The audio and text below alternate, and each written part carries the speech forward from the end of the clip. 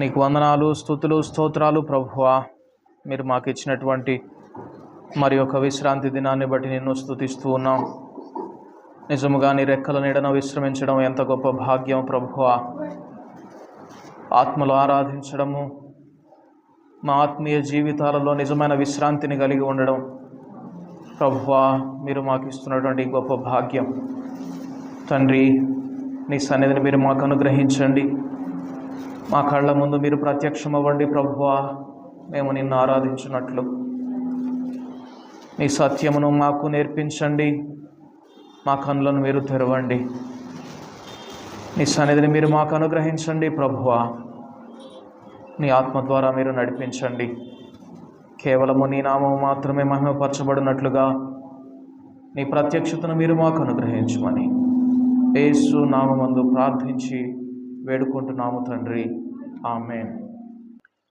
నిర్గమకాండము 19వ అధ్యాయము 6వ వచనం చదువుకుందాం. సమస్త భూమియు నాదే గదా, మీరు నాకు యాజక రూపమైన రాజ్యముగాను పరిశుద్ధమైన జనముగాను ఉందురని చెప్పుము. చాలమ్మా. సమస్త భూమియు నాదే గదా, మీరు నాకు యాజక రూపమైన రాజ్యముగాను పరిశుద్ధమైన జనముగాను ఉందురని చెప్పుము. దేవుడు ఇక్కడ ఒక మాట చెప్తా ఉన్నాడు. ఏమని అంటే, సమస్త భూమి నాదే అయినప్పటికీ అందరూ నా స్వాస్థ్యం కాదు. మీరు నాకు రాజ్యంగాను పరిశుద్ధ జనంగాను ఉంటారు. అయితే దీనికి ఒక కండిషన్ ఉంది. ఏంటి అంటే 5వ వచనంలో, మీరు నా మాట శ్రద్ధగా విని నా నిబంధనను అనుసరించి నడిచిన ఎడల అప్పుడు మీరు సమస్త దేశ జనులలో నాకు స్వకీయ సంపాద్యమగుదురు అంటున్నాడు.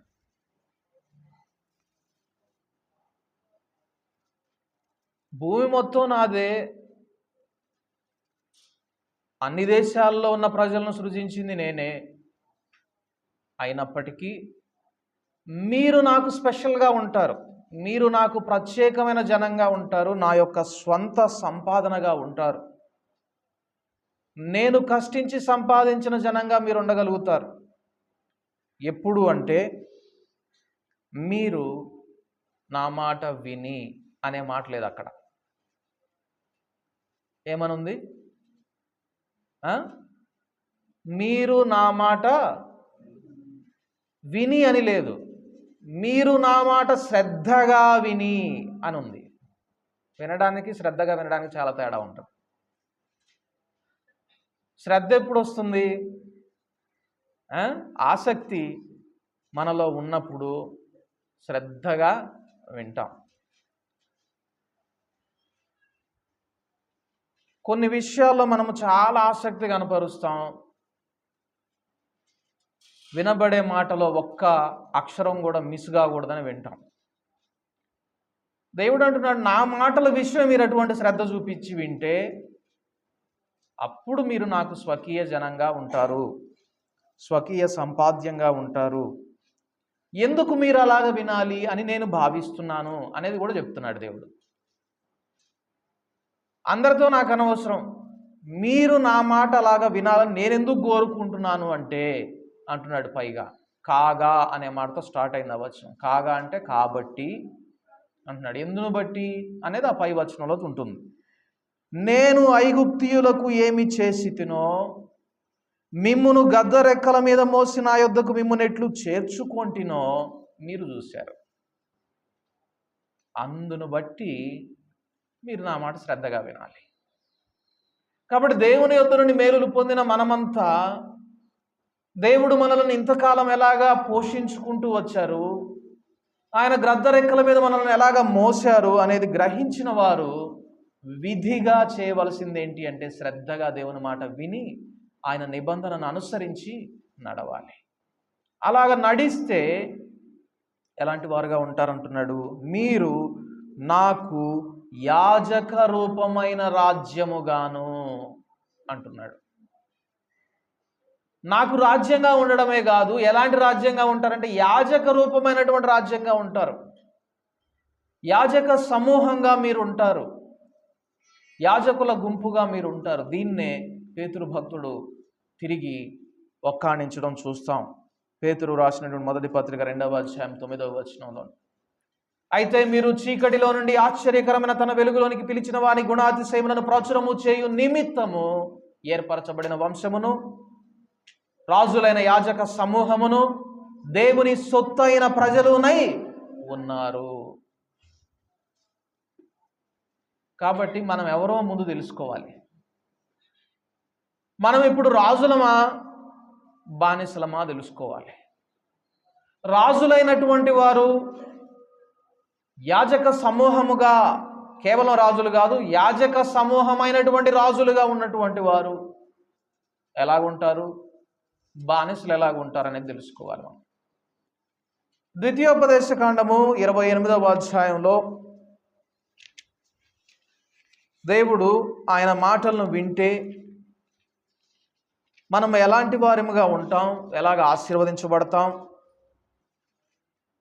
అనేది స్పష్టంగా రాయించి ఉంచారు. మీరు నా మాటలు విని మీ హృదయంలో వాటిని పెట్టుకుని వాటిని అనుసరించి నడిస్తే మీ మీదకి ఇన్ని రకాల ఆశీర్వాదాలు వస్తాయి, మీ పిల్లలు తరతరములకు ఆశీర్వాదం నిలుస్తుంది అని చెప్తూ మళ్ళా వినకపోతే ఏం జరుగుతుంది అనేది కూడా చెప్తాడు అక్కడ. ద్వితీయోపదేశకాండం 28వ అధ్యాయం మొత్తం కూడా ఇక్కడ 68 వచనాలు ఉన్నాయి. 68 వచనాలు ఉన్నాయి. ఇందులో 1 నుండి 14 వచనముల వరకు ఆశీర్వాదం, దీవెన, దేవుని మాట వింటే. 14వ వచనం తర్వాత 15 నుండి 68 వచనాల వరకు వినకపోతే జరిగే నష్టం ఉంది ఎక్కువ. స్పష్టంగా రాయించి ఉంచాడు దేవుడు. ఇప్పుడు మనం ఉంటే రాజులైన యాజక సమూహంగానైనా ఉండాలి, లేకపోతే బానిసలుగానన్నా ఉండాలి. ఈ రెండిట్లో ఏదో ఒకటే క్రైస్తవుడు ముందు ఉంచబడినటువంటి జీవితం. నేను రాజుని కాదు, యాజకుడిని కాదు, అటు బానిసని కాదని చెప్పడానికి లేదు. నువ్వు ఉంటే రాజు అయినటువంటి యాజకుడు అయినటువంటి రాజుగానైనా ఉండాలి, లేకపోతే బానిసగానైనా ఉండాలి. ఇప్పుడు మనం ఏ స్థితిలో ఉన్నామనేది తెలుసుకోవడానికి ఈ అధ్యాయం బాగా ఉపయోగపడుతుంది. ద్వితీయోపదేశకాండం 1 నుండి 68 వచనం వరకు మనం చదివితే, 68వ వచనం వరకు కనుక చదివితే మనం బానిసలుగా ఉన్నామా లేకపోతే రాజులుగా ఉన్నామా అనేది స్పష్టంగా గ్రహించగలిగిన వారిగా ఉంటాం. ఏవైనా మనం వాటి చేత పీడింపబడుతూ ఉన్నామా ఇంకా, లేక దేవుడు వాగ్దానం చేసినటువంటి నిజమైనటువంటి ఆశీర్వాదాన్ని పొందుకొని అలా జీవించగలుగుతున్నాం అనేది ఆ అధ్యాయంలో మనం చదివితే స్పష్టంగా గ్రహించగలుగుతాం. మొత్తం మీద రాజులు అనేటటువంటి వారు యాజక రూపమైనటువంటి రాజులుగానన్నా ఉండాలి క్రైస్తవుడు, లేకపోతే బానిసగానైనా ఉండాలి. తను తీసుకున్నటువంటి నిర్ణయాల వలన. రాజుకి బానిసకి తేడా ఏంటి? రాజు ఏదైనా ఒక నిర్ణయం చేయగలుగుతాడు, బానిస నిర్ణయం చేయలేడు. రాజు తన నిర్ణయం తీసుకొని నడిపించగలుగుతాడు లేదా నడవగలుగుతాడు, బానిస తనంతట తానుగా నిర్ణయం తీసుకోలేడు, నడవలేడు. ఈ దినాల్లో చాలామంది దేవుణ్ణి వెంబడించడానికి నిర్ణయించుకోలేనటువంటి బానిసత్వంలో మగ్గిపోతా ఉన్నారు. దేవుణ్ణి వెంబడిస్తున్నాం అనుకుంటూ ఇంకా లోక సంబంధమైన వాటి చేత, శరీర ఇచ్చల చేత, శరీర క్రియల చేత ఏడవబడుతూ ఉన్నారు బానిసలుగా. ఈ ద్వితీయోపదేశకాండం 28వ అధ్యాయంలో ఈ రాసినటువంటి వాగ్దానాలన్నిటిలో, ఆశీర్వాదాలన్నిటిలో 14వ వచనంలో ప్రత్యేకమైనటువంటి మాట రాశాడు దేవుడు. ఏంటి అంటే, అన్యుల దేవతలను అనుసరింపకయు వాటిని పూజింపకయునున్న ఎడల నీవు అనుసరించి నడుచుకొనవలనని నేడు నేను నీకు ఆజ్ఞాపించుచున్న నీ దేవుడైన యెహోవా ఆజ్ఞలను విని వాటిని అనుసరించి గైకొనిన ఎడల. ఇక్కడ అంటున్నాడు, ఏమని అంటున్నాడంటే, యెహోవా నిన్ను తలగా నియమించును గాని తోకగా నియమింపడు. ఈ వచనాన్ని మనము కాసేపు లోతుగా ధ్యానం చేస్తే అసలు తల తోక అనే కాన్సెప్ట్ ఎందుకు పెట్టాడు అక్కడ? తలకు తోకకు ఉన్న తేడా ఏంటి అని కనుక చూస్తే, మనం ఇందా చూసినట్టుగా తల నిర్ణయం తీసుకుంటుంది, తల డెసిషన్ తీసుకుంటుంది, నిర్ణయం తీసుకుంటుంది. ఆ నిర్ణయాన్ని అనుసరించి మిగిలిన దేహం మొత్తం కూడా పాటిస్తుంది. తోక తనంతట తానుగా నిర్ణయం తీసుకోలేదు. తల తీసుకున్న నిర్ణయాన్ని బట్టి తోక ఏడవబడుతుంది. ఇప్పుడు మీరు కనుక నా మాటలు విని గైకుంటే, వాటిని అనుసరించి నడిస్తే మీరు ఏడవబడరు, మీరు నిర్ణయం తీసుకునేవారుగా ఉంటారు.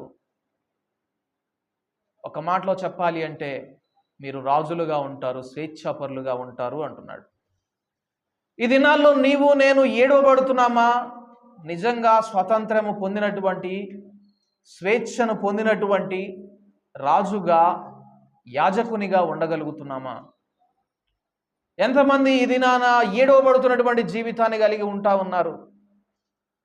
లోక సంబంధమైన వాటి చేత మరులు కొల్పబడి, శరీర క్రియలను అనుసరించి, శరీరేచ్ఛానుసారముగా స్వీయ ప్రయోజనాలను వెతుక్కుంటూ ఏడవబడుతూ ఉన్నారు ఇంకా కొంతమంది. నేను క్రీస్తు నిమిత్తము సమస్తమును పెంటతో సమానముగా ఎంచుకొనుచున్నాననే మాట చెప్పలేకపోతున్నారు. ఎందుకంటే they were bound to the world.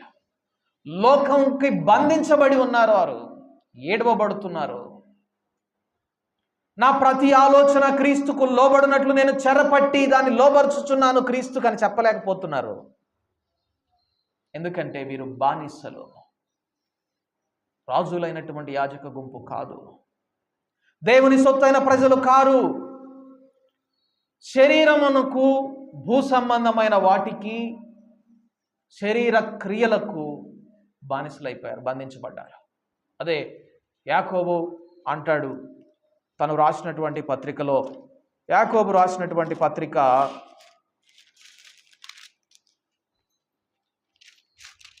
1వ అధ్యాయము 25వ వచనంలో ఒక మాట ఉంటుంది చూడండి. అయితే స్వాతంత్ర్యమునిచ్చు సంపూర్ణమైన నియమములో తేరి చూచి నిలుకడగా ఉండు వాడెవడో వాడు విని మరచువాడు కాక క్రియను చేయువాడై ఉండి తన క్రియలో ధన్యుడగును. స్వతంత్రుడు ఏం చేస్తాడంట? నిజంగా స్వాతంత్రం పొందినటువంటి వాడు దేవుని నియమంలో నిలవబడి, తేరి చూచి, దాన్ని అనుసరించి సఫలుడవుతాడట. ఇంకో మాట ఉంది, విని మర్చిపోడు. దేవుని ఆజ్ఞలను, దేవుని మాటలను విని మర్చిపోయామంటే దాని అర్థం ఏంటో తెలుసా? మనకు స్వాతంత్ర్యం లేదు, మనం ఇంకా బానిస సంఖ్యలలో ఉంటున్నాం, స్వేచ్ఛాపరులము కాము, మనం ఏడవబడుతున్న వారము అని గ్రహించాలి. స్వాతంత్రమునిచ్చు నియమములో నిలవబడి తేరి చూచి సఫలుడయ్యేటటువంటి వాడు, నిలుకడగా ఉండేవాడు, వాడు విని మరచిపోడు. ఏం విని మర్చిపోడు? మీరు క్రీస్తుతో కూడా లేపబడిన వారైతే భూ సంబంధమైన వాటి మీద మీ మనస్సు పెట్టుకొనకుడి, పైనున్న వాటిని వెదకుడి. ఇప్పుడు అక్కడికి వెళ్దాం. ద్వితీయోపదేశకాండం 28వ అధ్యాయము 14వ వచనంలో, నా మాటలు విని గైకొంటే నువ్వు తలగా ఉంటావు, తోకగా ఉండవు. తర్వాత నీవు పైవాడవుగా ఉందువు గాని. ఇప్పుడు పైనున్న వాటిని వెదకలేకపోవడానికి కారణం ఏంటి? క్రీస్తుతో పాటుగా లేపబడినటువంటి జీవితాన్ని మనము జీవించకపోవడానికి కారణం ఏంటి అంటే మనం ఇంకా బానిసలుగా ఉన్నాం. మనం ఇంకా ఏడవబడుతూ ఉన్నాం. స్వకీయ దురాశలను అనుసరించి ఏడవబడుతూ ఉన్నాం. అందుకే క్రీస్తుతో కూడా లేపబడిన జీవితాన్ని జీవించలేకపోతా ఉన్నాం. పైనున్న వాటిని వెతకలేకపోతా ఉన్నాం. భూ సంబంధమైన వాటిని వెతుకుతూ ఉన్నాం. ఇంకొక మాటలో చెప్పాలంటే ఆయన ఆజ్ఞలను అనుసరించి, నిబంధనను అనుసరించి నడవడం లేదు. అదే అన్నాడు, మీరు నా మాటలను అనుసరించి నడిచిన ఎడల, నా ఆజ్ఞలను విని వాటిని అనుసరించి గైకొనిన ఎడల. నా వాక్యం విని అని వదిలేయలేదు. నా వాక్యం విని గైకొని వాటిని అనుసరించి నడవాలి. అలాగ నడిస్తేనే పైనున్న వాడవుగా ఉంటావు, అనగా క్రీస్తుతో కూడా లేపబడిన వానివిగా ఉంటావు. పైనున్న వాటిని వెదకే వానివిగా ఉంటావు. అప్పుడు చెప్పగలుగుతావు, నేను క్రీస్తు నిమిత్తం నాకున్న సమస్తాన్ని నేను ఏం చేస్తున్నాను, వెంటతో సమానంగా ఎంచుకుంటున్నాను. ఇక నువ్వు జీవించువాడును నేను కాను, క్రీస్తే జీవిస్తా ఉన్నాడు. ఈ భూమి మీద నేను జీవించుతున్న జీవితం నన్ను ప్రేమించి నా కొరకై తన ప్రాణం ఇచ్చిన క్రీస్తును సంతోష పెట్టడానికి నేను జీవిస్తున్నాను అనే మాట చెప్పగలుగుతాం. మరి ఈ దినాన దేవుడు మనల్ని సూటిగా ప్రశ్న వేస్తా ఉన్నాడు. నిన్ను రాజుగా ఉండడానికి నేను పిలిచాను, యాజక సమూహంగా ఉండడానికి నేను నిన్ను ఏర్పాటు చేసుకున్నాను, చీకటిలో నుండి వేరుపరుచుకున్నాను, బయటకు తీసుకొని వచ్చాను. ఎందుకంటే ఈ ఆశ్చర్యకరమైన వెలుగును గూర్చి నువ్వు ప్రకటన చేయాలి. ఈ ఆశ్చర్యకరమైన వెలుగులో ఉండినటువంటి క్రీస్తు యొక్క గుణాన్ని గూర్చి నువ్వు ప్రకటన చేయాలి, ప్రచురం చేయాలి. చెప్తున్నామా? జీవితాల ద్వారా ఈ ఆశ్చర్యకరమైన వెలుగులోనికి రండి. చీకటిలో మీరు మగ్గిపోవద్దు. బానిసత్వపు సంఖ్యలలో ఏడవబడద్దు. ఈ లోక దురాశల చేత, శరీర క్రియల చేత, భూ సంబంధమైన వాటి చేత మీరు మరులు కొల్పపడవద్దు. స్వేచ్ఛ క్రీస్తులో ఉన్నది. ఈ వెలుగులోనికి రండి అని ప్రకటించగలుగుతున్నామా మన జీవిత విధానం ద్వారా? ఈ మాట అనడానికి ముందు ఇశ్రాయేలీల జీవితం చూస్తే వారు బానిసలు. ఐగుప్తులో భయంకరమైన బానిసత్వంలో ఉన్నారు. బానిసత్వంలోంచి దేవుడు బయటకు తీసుకొని వచ్చి వారితో అంటున్నటువంటి మాట, మిమ్మల్ని నేను రాజులుగా చేస్తాను, యాజక రూపమైనటువంటి రాజులుగా చేస్తాను. I will make you king priests. రాజులైన యాజక సమూహంగా చేస్తాను. ఈ దినాన రక్షింపబడిన ప్రతి క్రైస్తవునితో క్రీస్తు అంటున్న మాట ఏమిటి అంటే, నువ్వు బానిసగా ఉండడానికైనా నిర్ణయం తీసుకోవచ్చు, రాజుగా ఉండడానికైనా నిర్ణయం తీసుకోవచ్చు. నువ్వు నిజంగా నిర్ణయం తీసుకునే తలగా ఉండాలని గనక కోరుకుంటే బానిసత్వంలో ఈడవబడడం అనేది విడిచిపెట్టి నాకు సొత్తైన ప్రజలుగా ఉండడానికి నేను నిన్ను ఏర్పాటు చేసుకున్నాను, నా మాట విను, అంతే చాలు. నా మాట విని గైకొని అనుసరిస్తే నీవు యాజక సమూహంగా, రాజ్యంగా ఉండగలుగుతావు. ఈ తల తీసుకునేటటువంటి నిర్ణయంలో భాగస్వామిగా నువ్వు ఉండగలుగుతావు. తల చేసేటటువంటి పని ఏమిటి అంటే పరిపాలించగలుగుతుంది, అధికారము కలిగి ఉంటుంది, నిర్ణయాధికారం కలిగి ఉంటుంది.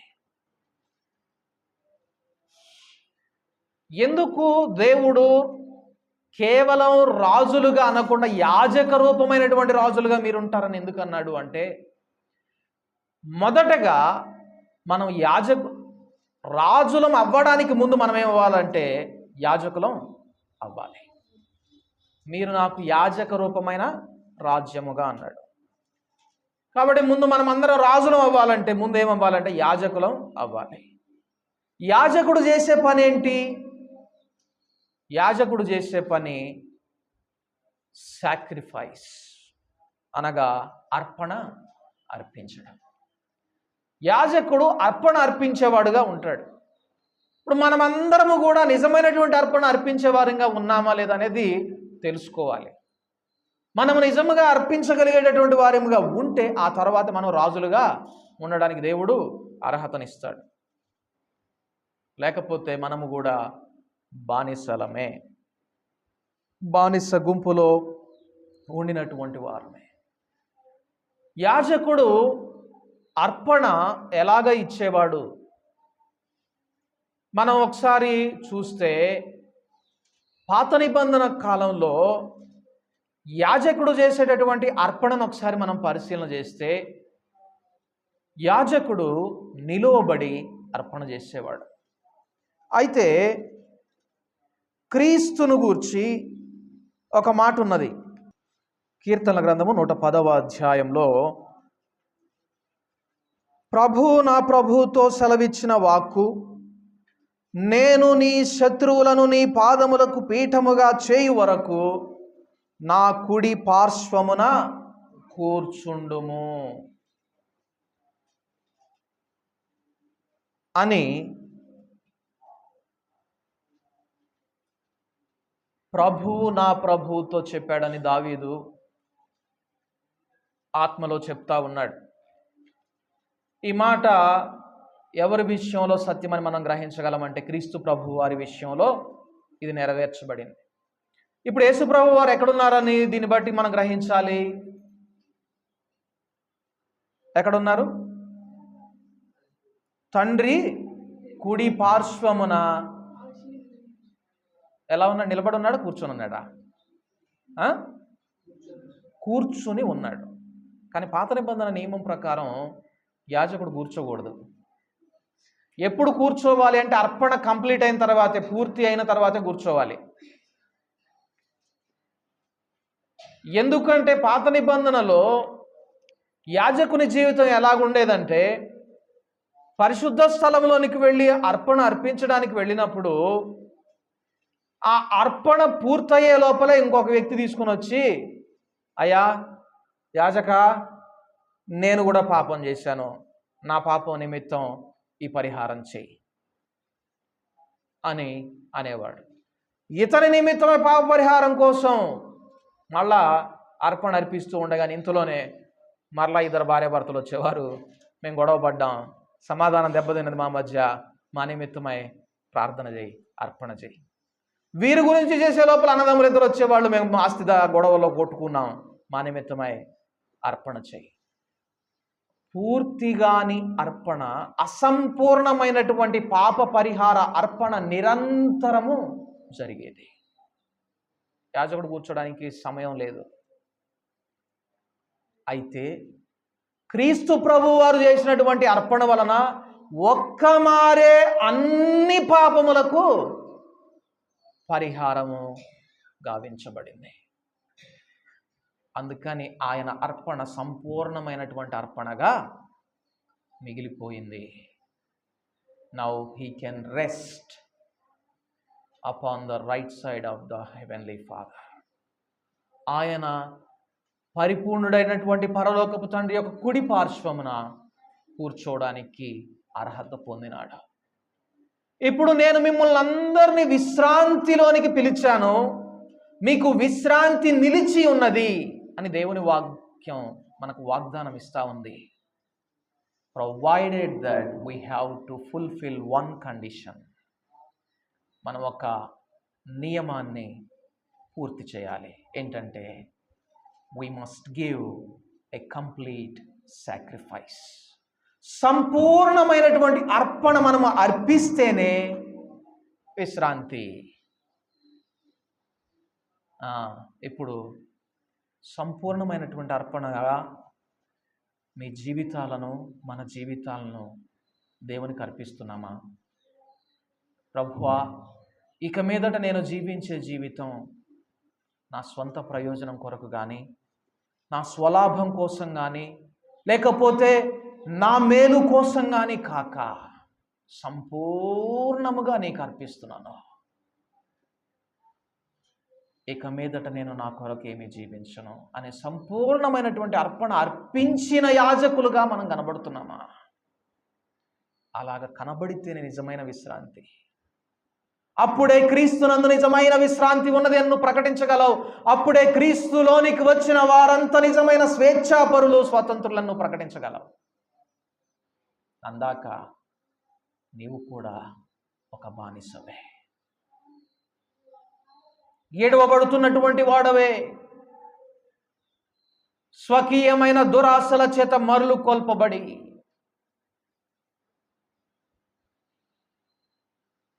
దేవుడు మనము రాజులైనటువంటి యాజక సమూహంగా ఉండాలని దేవుడు పిలుచుకున్నాడు.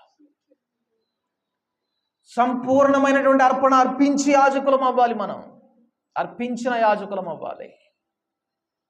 అప్పుడు మనం రాజులుగా ఉండడానికి అర్హత పొందుతాం. బైబిల్ గ్రంథం 3 రకాల అర్పణలను గురించి చెప్తా ఉంది.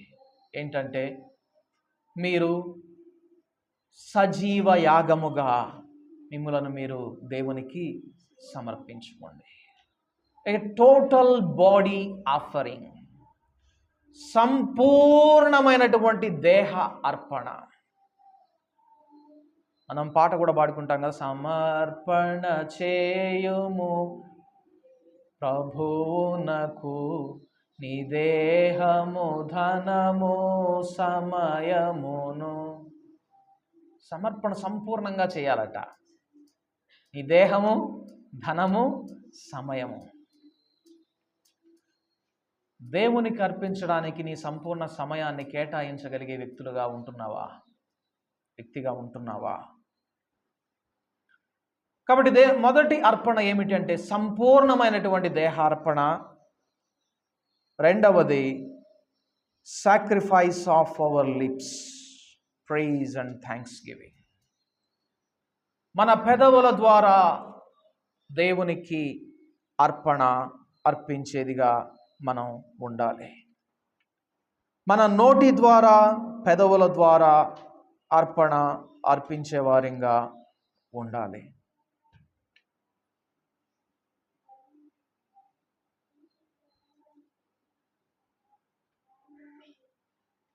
నోటి ద్వారా స్తుతి అర్పణ,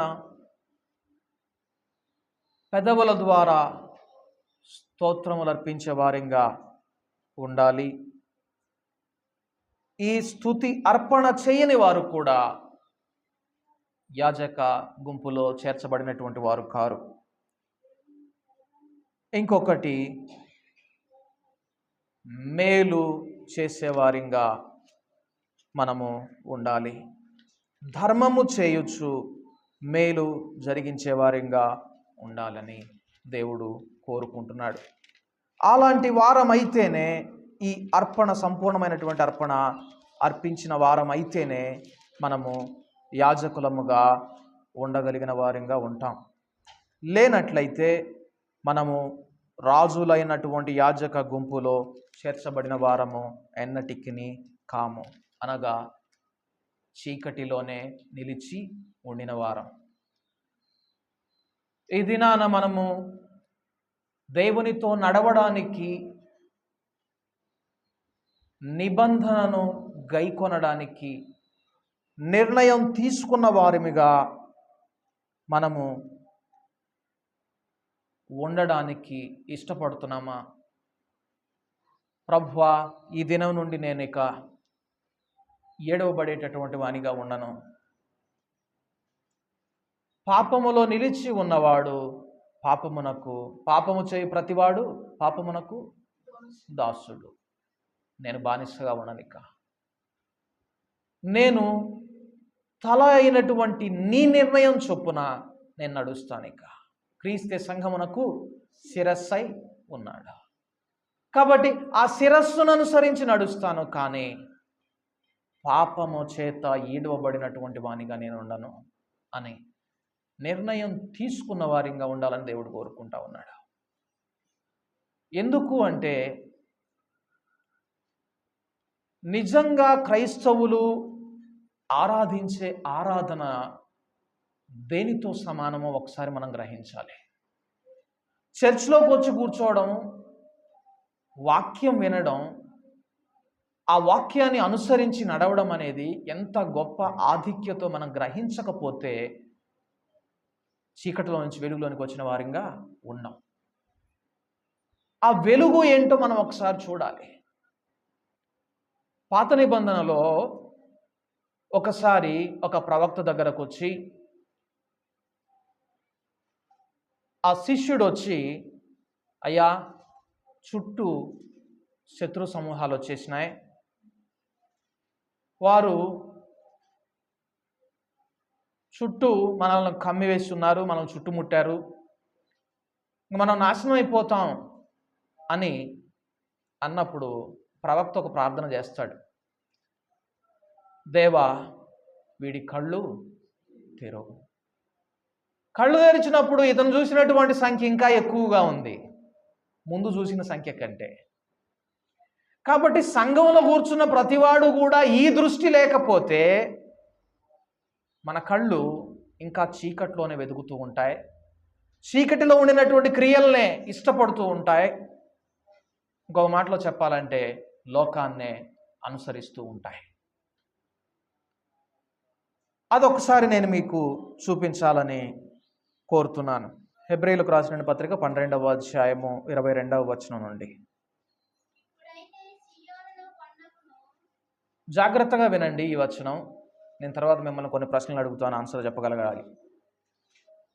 చదువమ్మా. ఇప్పుడైతే సియోనను కొండకును జీవము గల దేవుని పట్టణమునకును అనగా పరలోకపు యెరూషలేమునకును వేవేల కొలది దేవదూతల యొద్దకును పరలోకమందు వ్రాయబడి ఉన్న జ్యేష్ఠుల సంఘమునకును వారి మహోత్సవమునకును అందరి న్యాయాధిపతి అయిన దేవుని యొద్దకును సంపూర్ణ సిద్ధి పొందిన నీతిమంతుల ఆత్మల యొద్దకును క్రొత్త నిబంధనకు మధ్యవర్తి అయిన యేసునొద్దకును హేబెలు కంటే మరి శ్రేష్టముగా పలుకు ప్రోక్షణ రక్తమునకును మీరు వచ్చి ఉన్నారు.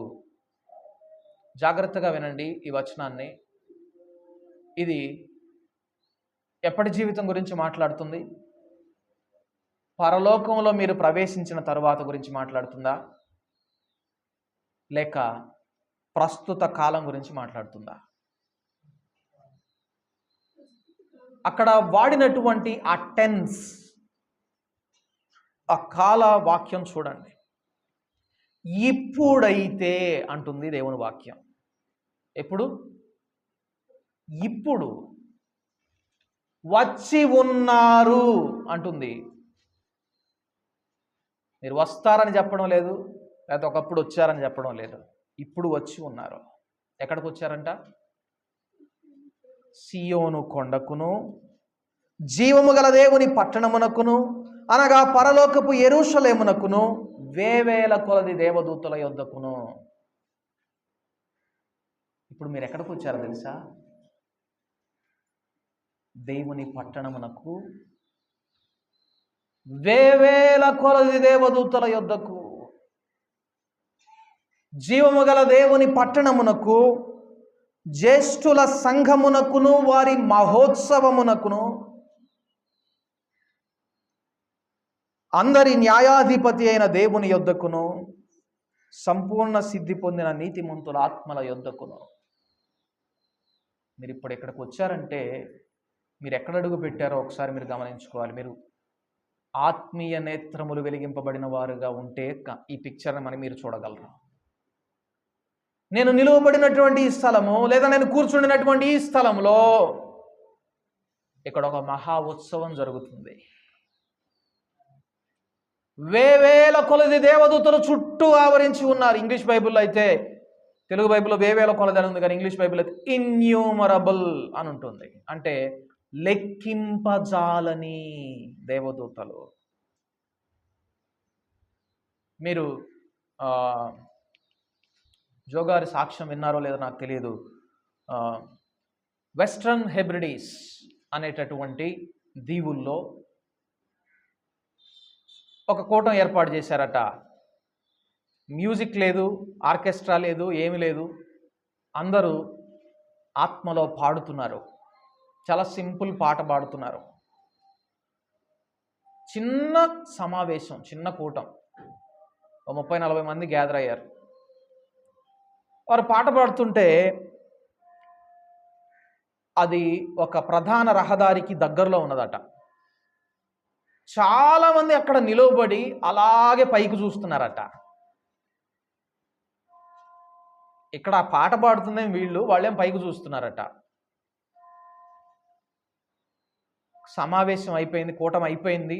అయిపోయిన తర్వాత కూడా వాళ్ళలాగే నిలవబడి ఉన్నారట. ఏంటి మీరందరూ పైకి ఏం చూస్తున్నారు అని అడిగితే, మేము పరలోకం తెరవబడింది, అక్కడ దేవదూతలు సంగీత గానాలు చేస్తూ ఉన్నారు, అది వినబడుతుంది మాకు అన్నారట. నిజమే. దేవుని సంఘం వద్దకు వచ్చినప్పుడు మనము నిజముగా జీవము కలిగిన దేవుని యొద్దకు వచ్చామని, వేవేల కొలది దేవదూతల యొక్క సమూహానికి, మహోత్సవానికి వచ్చామని మనం గ్రహించిన వారిగా ఉండాలి. ఈ అసెంబ్లీ ఎంత పెద్దది అంటే, కోటాను కోట్ల మంది దేవదూతలు ఇక్కడ ఉన్నారు. జ్యేష్ఠులుగా పిలువబడినటువంటి వారు, అనగా పాత నిబంధన శ్రేష్ఠులు ఉన్నారు.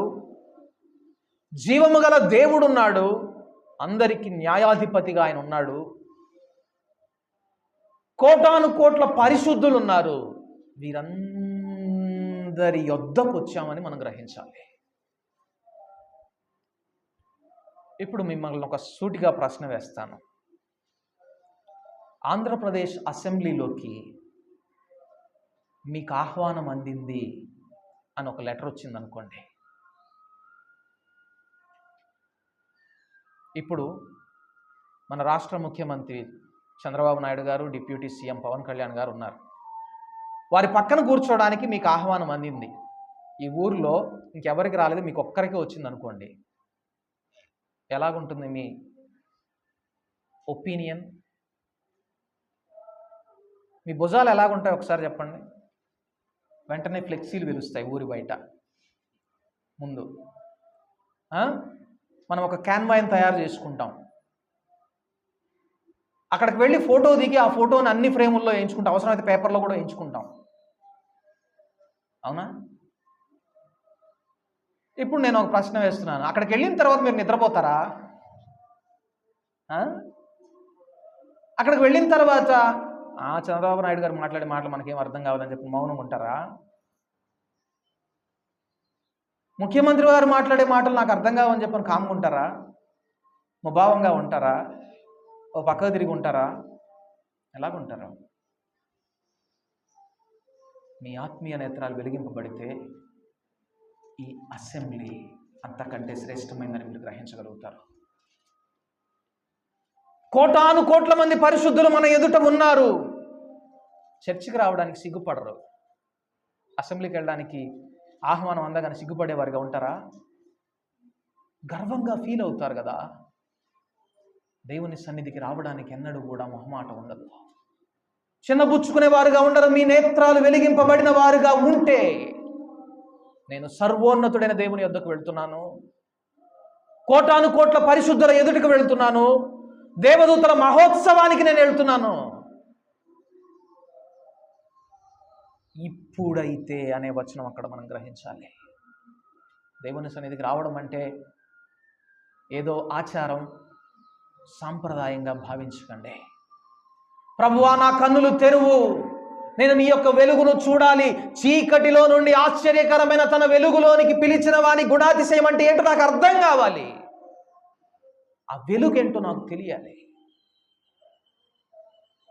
నిజంగా అసెంబ్లీ ఎంత బాగుంది, ఈ జీవితం ఎంత బాగుంది అని చెప్పగలగాలి అంటే ఆ వెలుగును మనం చూచిన వారిగా ఉండాలి. అప్పుడే మీరు లోకమునకు వెలుగై ఉన్నారు అనే మాట మన జీవితాల్లో సత్యం అవుతుంది. అది అవ్వాలి అంటే మనం ఏం చేయాలంటే సంపూర్ణ అర్పణ చేసిన యాజకులంగా ఉండాలి. మన జీవితం కంప్లీట్గా బలిపీఠం మీద పెట్టబడినటువంటి జీవితం కలిగిన వారిగా ఉండాలి. స్తుతి యాగము అర్పించే వారిగా ఉండాలి. స్తుతి అర్పణ, నాలుక, నోరు. నేను మరలా చెప్తున్నాను, ఉంటే రాజుగానన్నా ఉండాలి, లేకపోతే బానిసగానన్నా ఉండాలి. యేసు ప్రభువారు అన్నారు, నా పక్షమున నుండని వాడు, ఏమన్నాడు? నా పక్షమున నుండని వాడు నాకు విరోధి.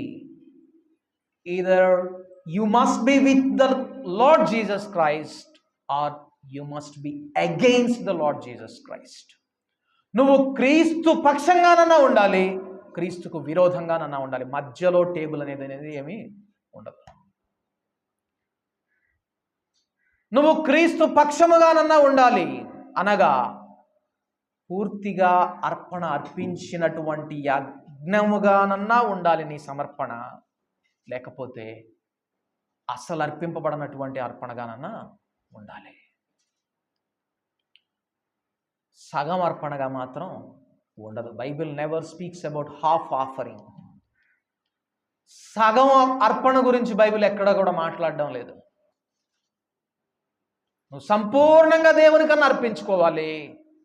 నువ్వు అది చెయ్యలేదంటే ఆటోమేటిక్గా సంపూర్ణంగా నువ్వు లోకానికి అర్పించుకున్నావని అర్థం. నువ్వు సంపూర్ణంగానన్నా స్తుతియాగా అర్పించిన వ్యక్తిగానన్నా ఉండాలి. అది చెయ్యలేదంటే దాని అర్థం నీ నాలుకను, నీ నోటిని నువ్వు వేరే దానికి దేనికి అర్పించావని అర్థం. అంతే తప్ప నేను దేవుణ్ణి స్తుతిస్తాను, అదే నోటితో నేను మనుషులను శపిస్తానని చెప్పడానికి ఆస్కారమే లేదు. నా పక్షమున నుండని వాడు నాకు విరోధి. నా పక్షమున నున్నవాడు ఏం చేస్తాడు? నాతో కలిసి సమకూరుస్తాడు. నాతో కలిసి సమకూర్చని వాడు ఏమంటున్నాడు? చెదరగొట్టువాడు. నేనేం సమకూర్చట్లేదులే కానీ అయ్యా, నేను ఎవరిని చెదరగొట్టడం లేదు, కానీ నా పని నేను చేసుకుంటున్నానని చెప్పడానికి కూడా లేదు. నువ్వు సమకూర్చేవాడివిగానన్నా ఉండాలి, లేకపోతే చెదరగొట్టేవాడివిగానన్నా ఉండాలి. సమకూర్చే వారిగా ఉంటున్నామా? దేవుని సమూహంలోనికి, ఈ వెలుగులోనికి ఆత్మలను చేర్చేవారిగా ఉంటున్నామా?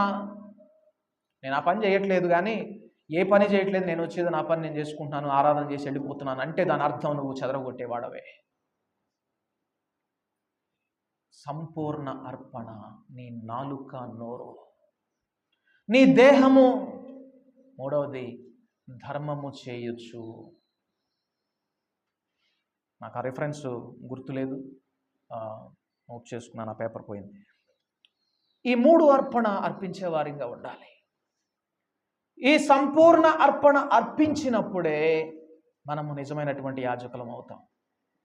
అప్పుడు మాత్రమే రాజులము, రాజులైనటువంటి యాజక సమూహము. అప్పుడు దేవుడు చేసినటువంటి వాగ్దానం మన జీవితాల్లో నెరవేర్చబడినట్లు, మీరు నా నిబంధనను గైకొని అనుసరించి నడిచిన ఎడల మీరు సమస్త దేశ జనులలో నాకు స్వకీయ సంపాద్యముగాను, యాజక రూపమైనటువంటి రాజ్యముగాను ఉంటారు. లేకపోతే మీరు బానిసలుగా ఉంటారు. అంతే దేవుని వాక్యం చెప్తున్నమాట. ఇది ఈ పరలోకపు అసెంబ్లీలోకి పిలువబడినటువంటి రాజులైనటువంటి యాజక సమూహంలో చేర్చబడిన వ్యక్తిగా నువ్వు ఉంటున్నావా, లేక ఈ లోకము చేత ఈడవబడుతున్నటువంటి వ్యక్తివిగా, బానిసగా మిగిలిపోతున్నావా? గమనించండి, అదంతా తలగా తీసుకునే నిర్ణయం మీద ఆధారపడి ఉంటుంది. Head takes the decision, tail swept by the decision. తల నిర్ణయం తీసుకుంటుంది, తోక తీసుకోబడిన నిర్ణయం ద్వారా ఏడవబడుతుంది. ఈ దినాన నువ్వు తీసుకున్నటువంటి ఎంపికలు, నువ్వు తీసుకున్నటువంటి నిర్ణయాలు, నువ్వు చేసినటువంటి ఎంపికలు నిన్ను పరలోకపు అసెంబ్లీలో రాజులైనటువంటి యాజక సమూహపు గుంపులో నిలవబెట్టేటటువంటి జీవితాన్ని నీకు ఇస్తున్నాయా? లేక ఇంకా ఏడవబడుతున్నటువంటి జీవితంలోనే నిన్ను మిగిల్చిపోతున్నాయా? You can either be king or a slave. నువ్వు రాజుగానన్నా ఉండాలి, బానిసగానన్నా ఉండాలి. దేవుడు మన నేత్రములను తెరిచి మనలను దేవుడు ఆశించినట్లు రాజులైనటువంటి యాజక సమూహంగా, ఆయన సొత్తైన ప్రజలుగా మనలను చేసి, ఆయన రాజ్య వారసులనుగా చేసి, రేపు ఆయన మరలా తిరిగి రాబోతూ ఉన్నాడు. ఈ కోటాను కోట్ల మంది దేవదూతలను ఇప్పుడు ఆత్మీయ నేత్రములతో మనం చూస్తూ ఉన్నాం. రేపు ప్రతి నేత్రము చూస్తుంది. అప్పుడు ధైర్యంగా ఎదుర్కొనే వారిగా ఉంటున్నామా, ఉండగలుగుతామా, సిగ్గుపడే వారిగా ఉండగలుగుతామా అనేది దేవుడు మనకిచ్చేట కృపను బట్టి ఉంటుంది, మనం తీసుకున్న నిర్ణయాన్ని బట్టి ఉంటుంది. దేవుడు మనకు సహాయం చేయనుగాక. ప్రార్థన చేసుకుందాం. పరిశుద్ధుడా తండ్రి, నీకు వందనాలు, స్తుతులు, స్తోత్రాలు. చర్చికి రావడం, దేవుని సన్నిధిలో గడపడం అనేది అవమానంగా, మొహమాటంగా, చిన్నతనంగా భావించే చీకటి దృష్టిని మాలో నుండి తీసివేయండి ప్రభువా. ఇది కోటాను కోట్ల మంది తేజోవాసులైనటువంటి పరిశుద్ధులైనటువంటి దేవదూతల సమూహం వద్దకు రావడమని, సర్వోన్నతుడైనటువంటి జీవము కలిగిన దేవుని యొద్దకు రావడమని,